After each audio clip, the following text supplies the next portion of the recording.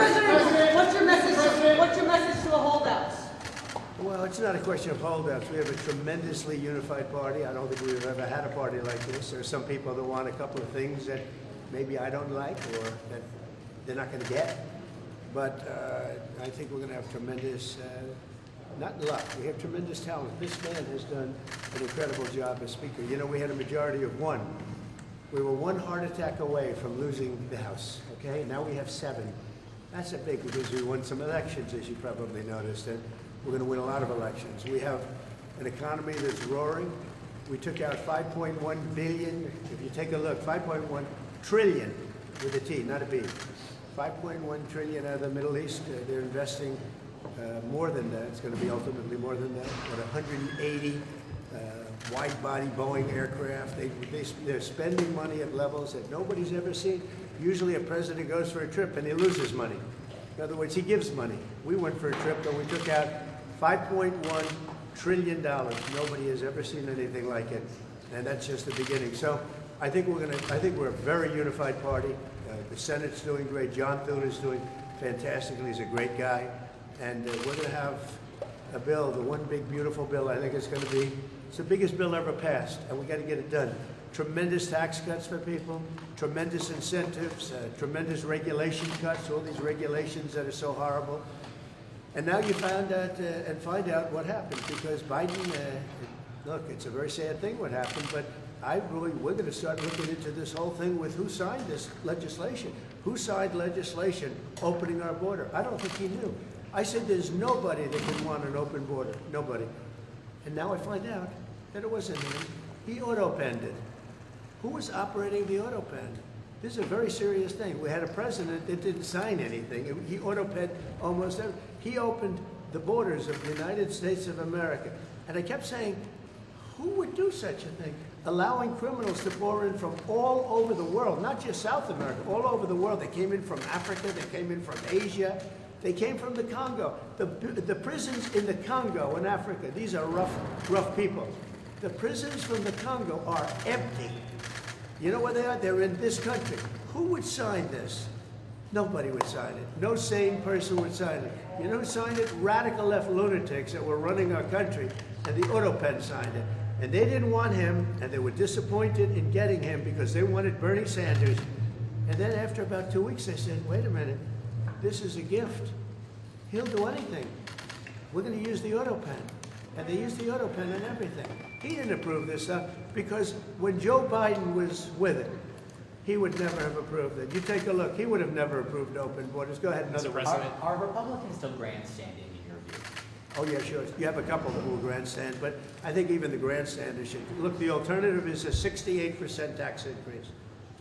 And you can blame the Democrats for that and 1 or 2 grandstanders. We only have 1 or 2, but we have tremendous support. But you'll have a 68% tax increase, or you'll get a massive tax decrease. You'll get a tax cut, the likes of which we've never had before. This is bigger than any Ronald Reagan tax cut. It's even bigger than the tax cut that I gave, because as you know, that's being extended and increased. So this is the biggest tax cut in the history of our country, or you'll get a 68% tax increase.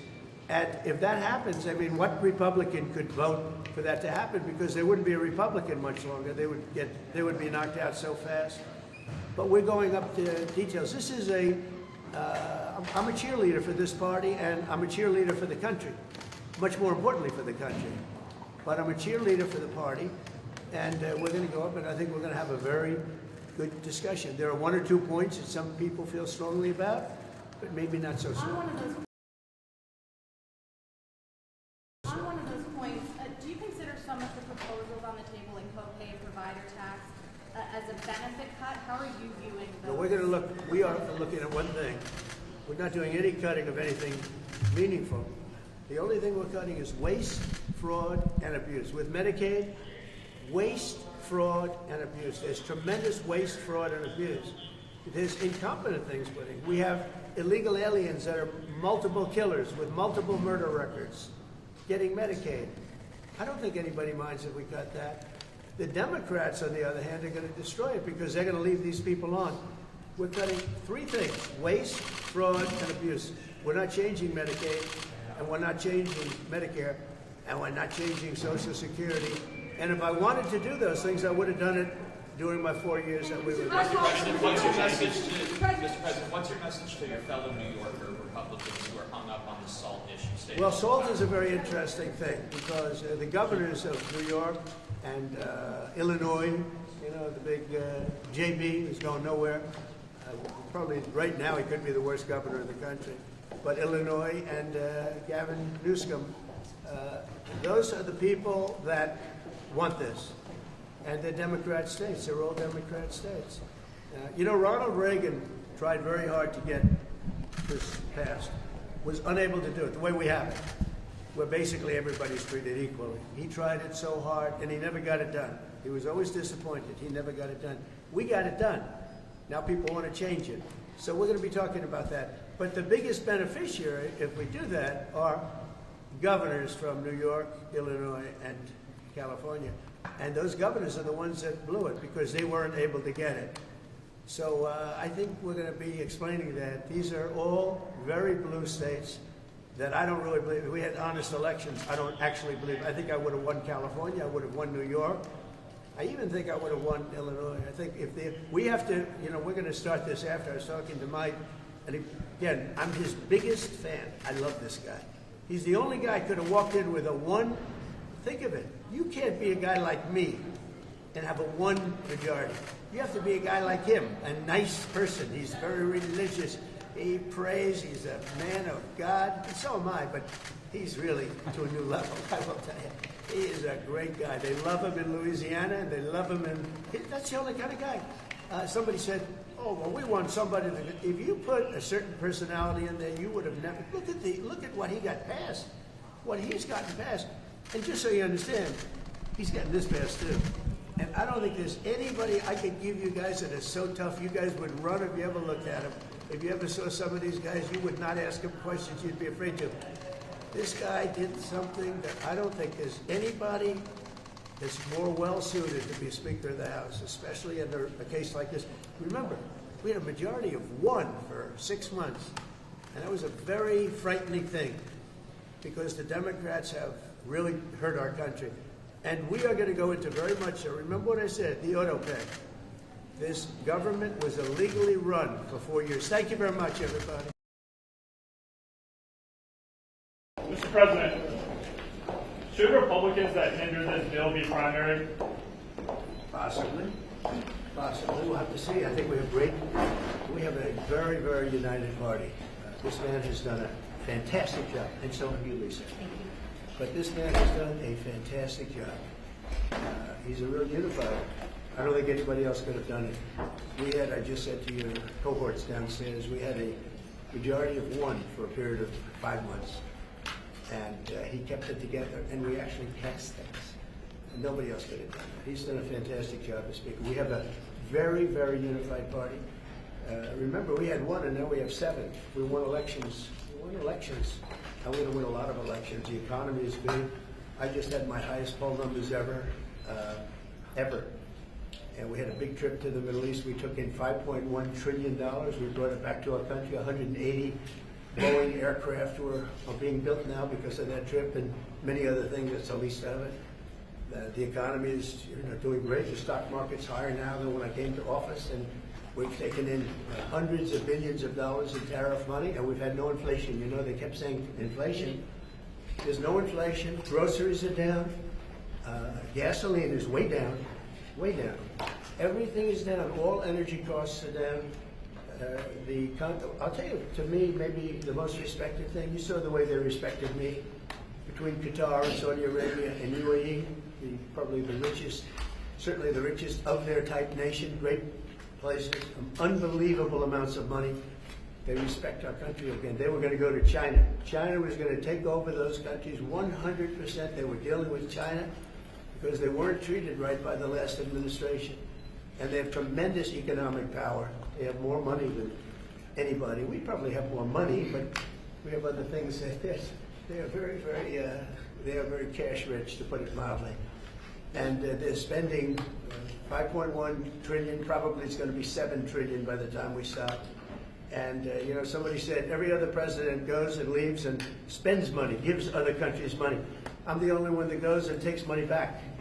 You know, when you think of it, I said that's an interesting statement. I never thought of it that way. But we have this is really just a pep talk. We have a very unified House and we have a very unified Senate. And Mike is doing a phenomenal job as Speaker. He's going to be there a long time. And we have a man in the Senate, our leader, Thune. Mr. Thune is doing a great job. I've gotten to like him a lot, and he's doing a fantastic job. Between the two guys, very different personalities, actually, in certain ways, but they are doing a fantastic job. I don't think the Republican Party has ever been so unified. It's become a much bigger party. You know, we're winning the labor vote. We're winning. We won the Teamsters. We won votes that nobody. Look how well we did with the automakers. And by the way, the president of the automakers is now my biggest fan.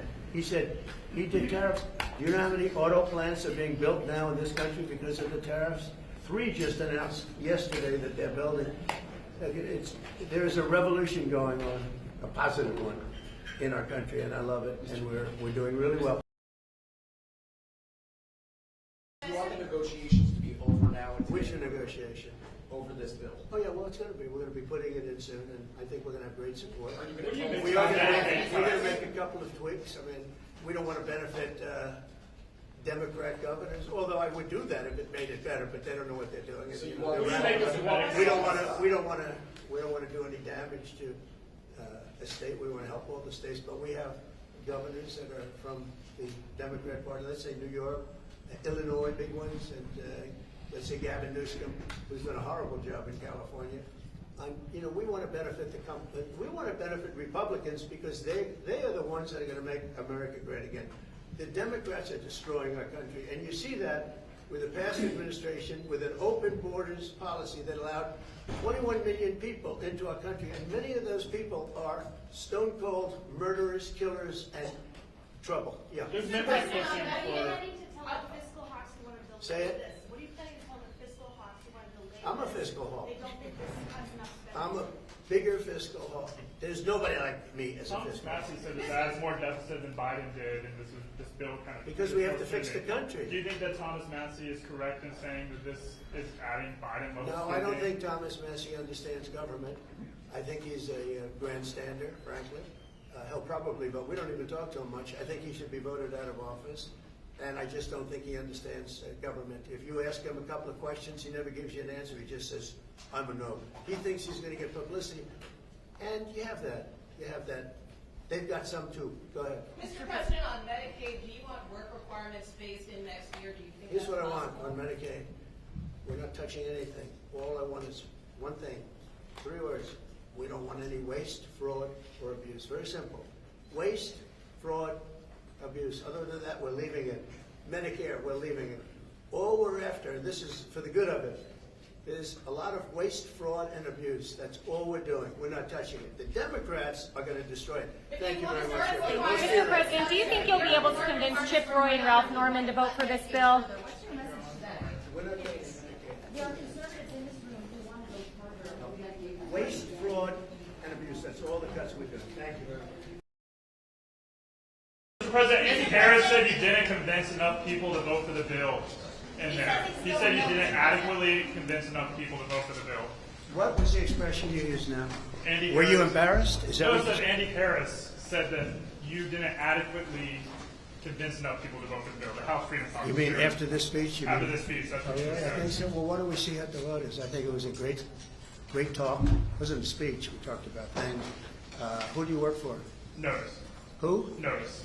I don't even know what the hell that is. Hold on, Andy. You got to get yourself a real job. Let me tell you. I think we have unbelievable unity. I think we're going to get everything we want, and I think we're going to have a great victory. And this man has done a great job. And I think this was a tremendous session. You may want to say something. Yeah, it was a great meeting. The party is unified. The House Republican Conference is excited.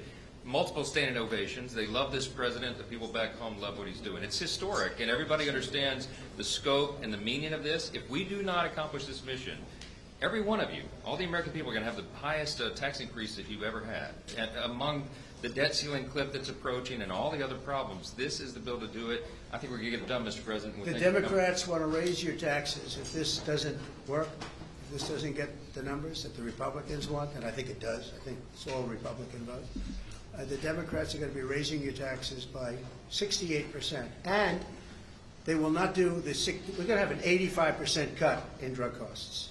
85% cut in drug costs. The Democrats, the drug prices are going to go up. I can't imagine a Democrat not voting for this. I think the Democrats, if they don't vote for it, that means they're voting for an increase in drug prices. Think of that, versus an 80 to an 85, maybe 75, but could be an 85% cut in drug costs. Okay. Mr. President, will you reach out to individual members? Will you need to make a pitch to individual I don't think members? so. No, that's what I did today. President, That's really what we did today. I think it was a really great, that was a meeting of love. Let me tell you, that was love in that room. There was no shouting. I think it was a meeting of love. There were a couple of things that we talked about specifically where some people felt a little bit one way or the other, not a big deal. And I covered them. It wasn't so much a speech. I covered certain points. And I think there was, I'd be very surprised. You told them you were losing patience. Are you losing patience? No, I didn't tell. Who told you I said I'm losing? That's what we heard inside the room. You said But you it's a didn't say lie. you Wait a were minute. losing Wait. Who's told you that? What we heard from people inside the room. Oh, not really? true. It's totally true. I never used the term. I didn't say losing. I didn't even talk about it. In fact, it's the opposite. I think we're going to get it done. I'm not losing patience. We're ahead of schedule. Anybody that told you that is a liar. I never meant, wait a minute. I never mentioned the word losing patience because I'm not losing patience. We're ahead of schedule. That's why I asked you. I want to get Well, but why don't you go back to your source and tell them they're liars if the source even exists? Bill passes the House. Yeah. Senators are already talking about making a number of changes. over Sure. their chamber. Always Is have. that okay? Yeah. Or do you want them to swallow Yeah, this bill? in some cases they have things that I like even better. No, it always happens. There'll be some changes. But John Thune and Mike have been very closely aligned on this. They've been moving it up together. Mr. President, apparently you said don't F with Medicaid. Apparently you did say in the room. There is some concern among some Republicans, including Senator Josh Hawley, that this could impact benefits and that could amount to a quote hidden tax on the. I didn't say. Here's what I said. I'm wondering if you're. Here's what I said. You want to hear what I said? Those members who are I worried said about blowback for waste, supporting this bill. fraud, and abuse for Medicaid. If you find waste or fraud or abuse, we want to strengthen Medicaid. We want to strengthen Medicare. Waste, fraud, and abuse. The Democrats will let illegals be on. They'll destroy it. It will be destroyed. They want to have illegal immigrants be on. And if you do that, because it wasn't designed for that. Waste, fraud, and abuse. Can you guarantee that your voters who supported the election, particularly working class voters, will not lose health insurance under this bill? Oh, they won't lose health insurance. Not only that, remember, I'm cutting drug prices by 85%. And right now, I'm saving it. I'm saving the whole thing because I did something that nobody was willing to do. Other countries pay a tiny fraction what we do. And I instituted favored nations. We're now going to pay the lowest in the world. We're going to be the equivalent of the lowest country in the world. People go to London, they go to Canada, they go to other countries, many other countries, because they want to buy their pharmaceutical products, their drugs, at a fraction of the cost. Now we're going to have the lowest cost anywhere in the world, and nobody else would do that but me. And that might be an election by itself, might be election winning. Now, when you add that in, when you put that into Medicaid and Medicare, we've just strengthened Medicare and Medicaid. And the Democrats won't do that. You know why? Because they're taken care of by the drug companies. And the ones that are taken care of are hard line.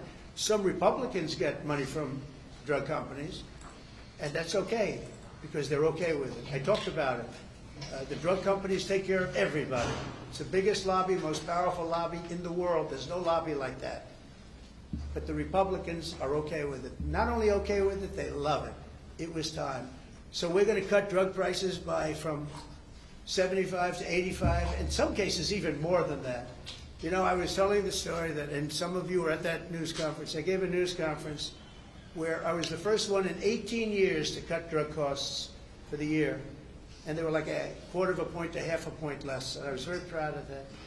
Now I'm cutting them by 80, 85%, because I stopped the scam. This was a scam between the middlemen and the drug companies. This was a giant scam.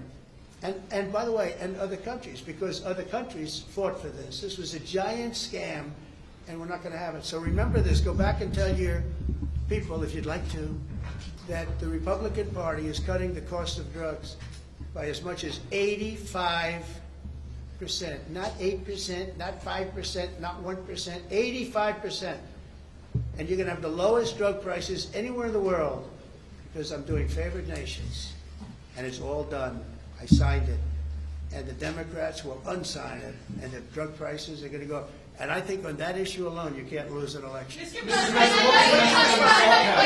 President say that your DOJ is weaponizing with the arrest of a congresswoman, Democratic congresswoman. Oh, give me a break. Did you see her? She was out of control. Did you address You know, those days are over. Did The you days tell her of to do woke. that? The days of woke. No, I didn't. The days of woke are over. That woman, I have no idea who she is. That woman was out of control. She was shoving federal agents. She was out of control. The days of that crap are over in this country. We're going to have law and order. Mr. President, thank you very much. You campaigned on lowering the price of groceries. How do you justify cutting food assistance in this bill? Let me just tell you, the cut is going to give everybody much more food, because prices are coming way down. Groceries are down. Eggs. You told me about eggs. You asked me a question about eggs my first week. You said eggs. I said, I just got here. Tell me about eggs. And it was going through the roof. You know that eggs now are way down. Everybody's buying eggs. Groceries down. Energy's down. Gasoline is now they're buying gasoline now for $1.99. If you look back, you'll see $3.50, $4. This country, we're going to lose this country. Our country now is respected all over the world. All over the world we're respected. We were a laughing stock. The entire world we were a laughing stock. I went to the Middle East, and those rulers of those three countries are very powerful people, very big people, very rich people. They respect our country again. China was going to take them over. You know, China was going to they were going to get into the, if you look, Saudi Arabia, you take a little look what was happening with Qatar, UAE, great people, unbelievable leaders, but they were abandoned by this country. And they're not going to China anymore. They love us, we love them. We're going to take care of them, and they're going to take care of us. We came back with $5.1 trillion. Trillion. Every other president would have come back having spent $5.1 trillion as usual. And remember this, we were losing $5 billion a day under the past administration. I have to be a little careful the way I talk, because there's a lot of anger about that administration. And by the way, the real question, who ran the auto pen? Okay, who ran the auto pen? Because the things that were signed illegally, in my opinion. I think we've just proved that. But our country is respected again. All over the world we're respected. We were laughed at 7 months ago. Then you had November 5th, and our country is respected again. Thank you.